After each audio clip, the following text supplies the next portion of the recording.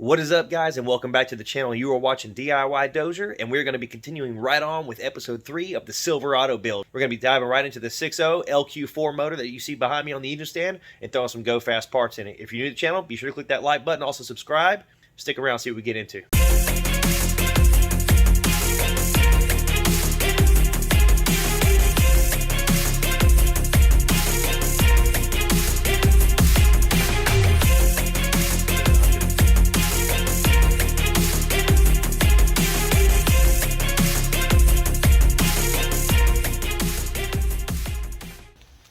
Alright, so here we are outside with the 6.0. Looks a little bit gross. I'm going to try to get a little bit more cleaning done here. See if we can get this thing presentable, I guess.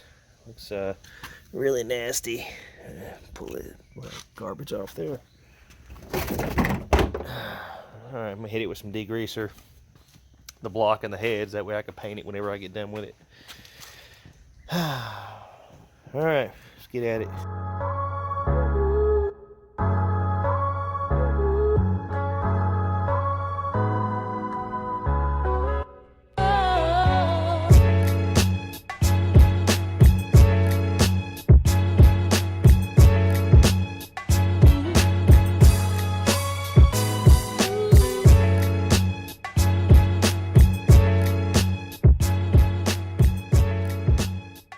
Okay, we are moving on with the 6.0. I'm back in the garage. It's been a few days.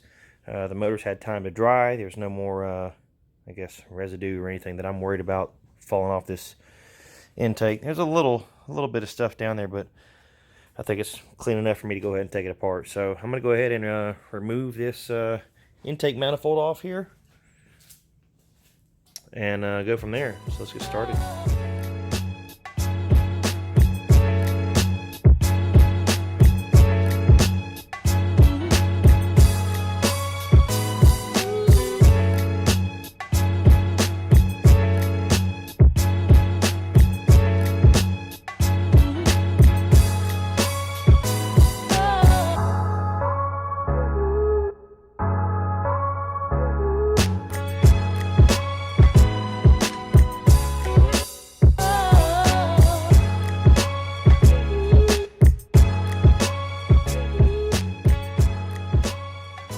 This thing was pretty nasty under here. Having been in a rolled over vehicle, it was caked up with mud. I know it landed in a ditch. So I got out the shop vac. I couldn't let it sit here any longer than it had to sit here. So as soon as I got this intake manifold off of here, I went ahead and broke out the shop vac and sucked everything up, all the loose debris.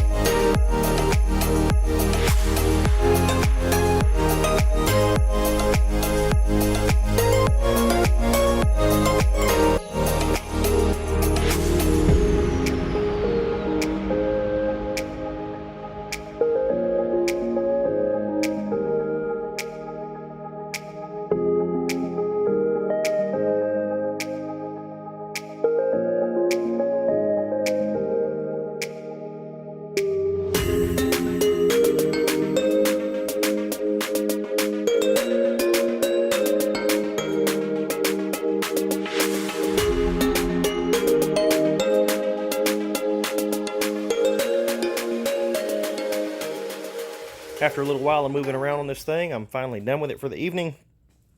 I have got the heads removed. All the lifters are out, trays, everything.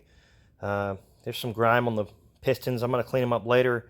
I did, after washing it, I managed to get a little bit of water inside one of the cylinder walls.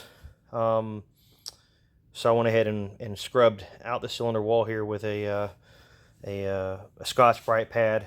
And then I went ahead and doused everything with WD-40. I don't want any more surface rust to form. I'm going to go ahead and cover this motor up with a garbage bag, and I'm going to call it a night. I've reached my stopping point for today on tearing it down. All right, guys, we are back in the garage. I had a couple days that I had to go to work that I couldn't, spend on this motor. I'm going to go ahead and continue with taking this thing apart. I got to start with taking off this crank pulley here, and I'm going to get the timing cover off, try to get off the oil pump, and also get the cam pulled out of here.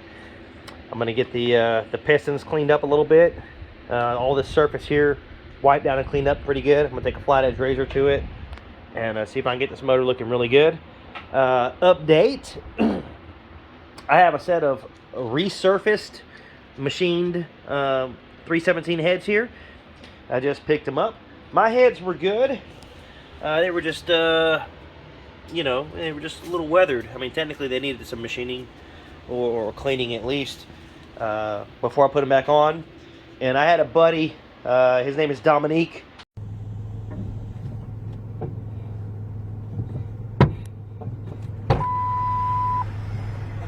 God, you're solid shit.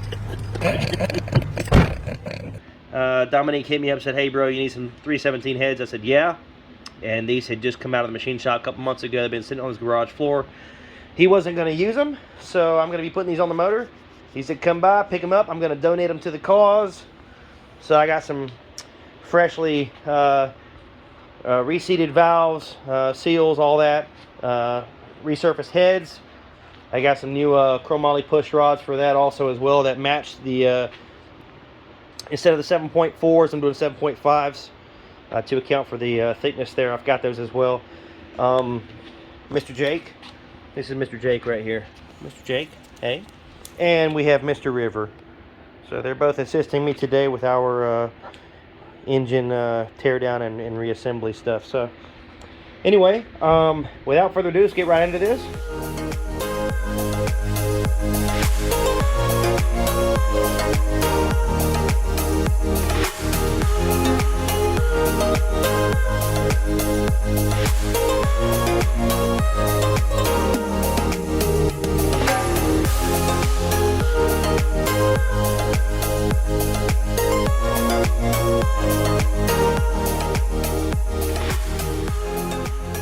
This is a Howard's Rattler cam and a lifter set. Here's our part number here.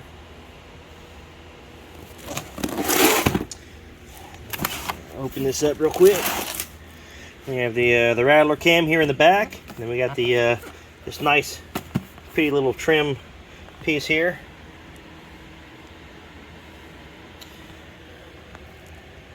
It's not bad. Looks pretty good. Lift here. Just lift here. Okay. Flip that up. So we have our new lifters. Again, part number there.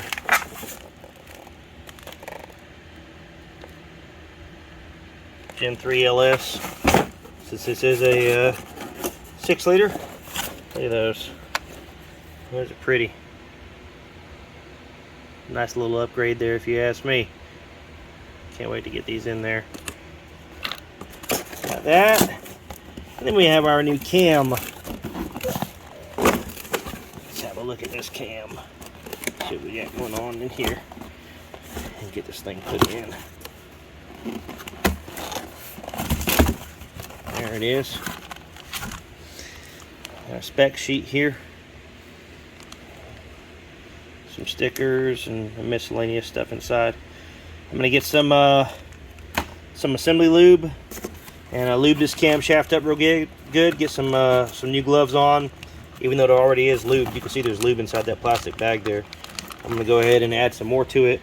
Put on some fresh gloves, get this cam put in, and then we'll get our retaining plate put in there.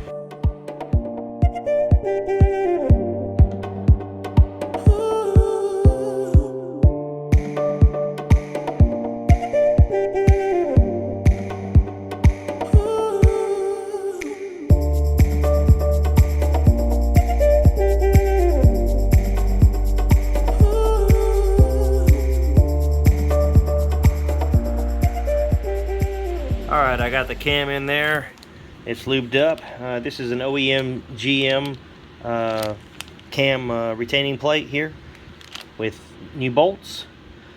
I'm going to get this installed here. Okay, so torque specs on the cam retaining plate says for the old school hex head bolts, which are what I have here, it says to use 18 foot-pounds of torque to seal those bad boys in there. And I'm going to put a little bit of Loctite on those also as well and get these torqued down to spec.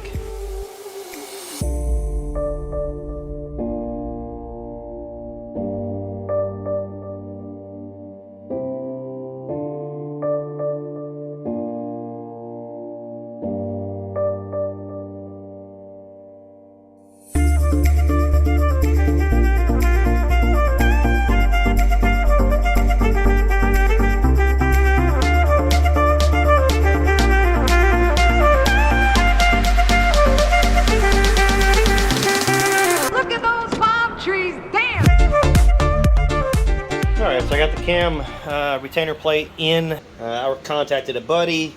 He does a lot of LS motors, and he says that whenever he does his timing sets, he doesn't even change the crank gear on here. I looked at it. The teeth look really good. There's no signs of wear on it. I did hold up the other gear for reference. I checked it out. This is a Cloy's timing set. It's a roller timing set. Checked it out just to make sure it was good to go. The teeth look exactly the same as the one that's on the crank, with no signs of wear. So, using my my buddy's advice, I'm going to go ahead and reuse the sprocket and the oil pump gear that's right here on this crank, and just go ahead and put my new timing set on there and just change out the top. So with that said, I'm going to move on. Got to get this this oil pickup tube dropped off here. Now that it's had plenty of time to drain and drip, there's nothing else falling into the oil pan. I got a brand new one here from Melling, so I'm going to get this thing put in.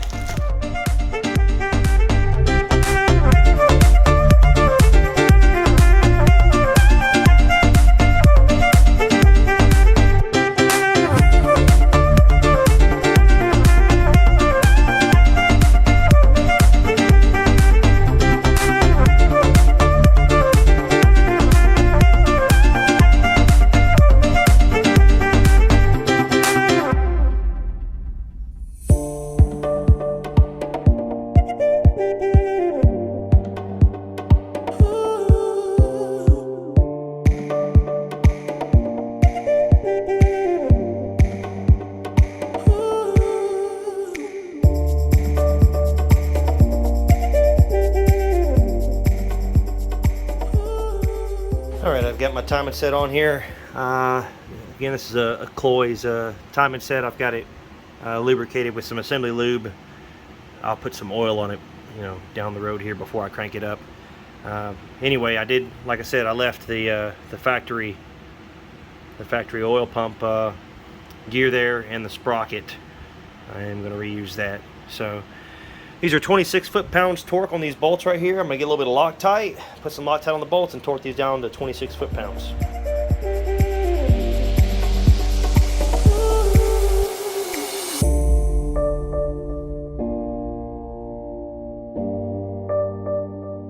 Alright, so I've got a Melling performance oil pump here that I'm going to be putting in. As per the instructions, which I just read, it says that if I have a red O-ring on my pickup tube, which is the same thing on that old one on the floor over there, it's got a red one over there too.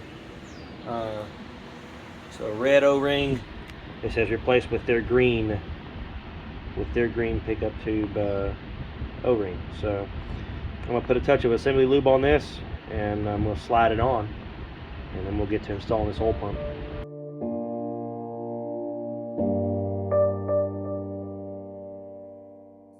Okay, I've got the oil pump down here in this bowl here. I just poured some fresh Mobil 1 high mileage 10W30 in here.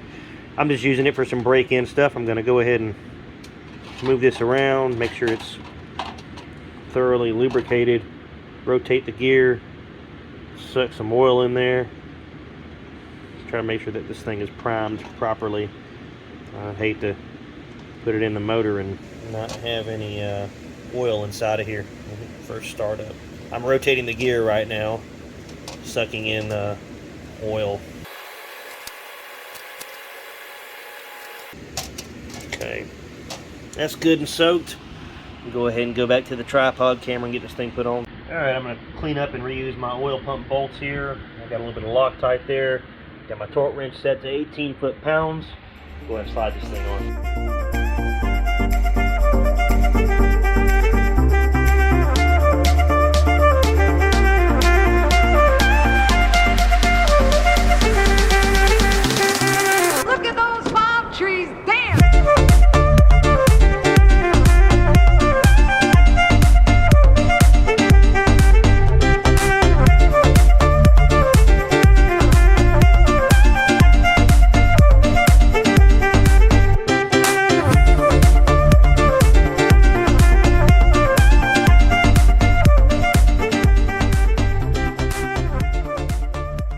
Guys, thank you so much for watching the video. You are watching DIY Dozier. If you're new to the channel, be sure to click that like button and consider subscribing so you'll be notified of future content being released. If you have a question or a comment, drop it doan below. I'll be sure to get back to you as soon as I can. As always, share the knowledge, share the passion, share the skill, do it yourself.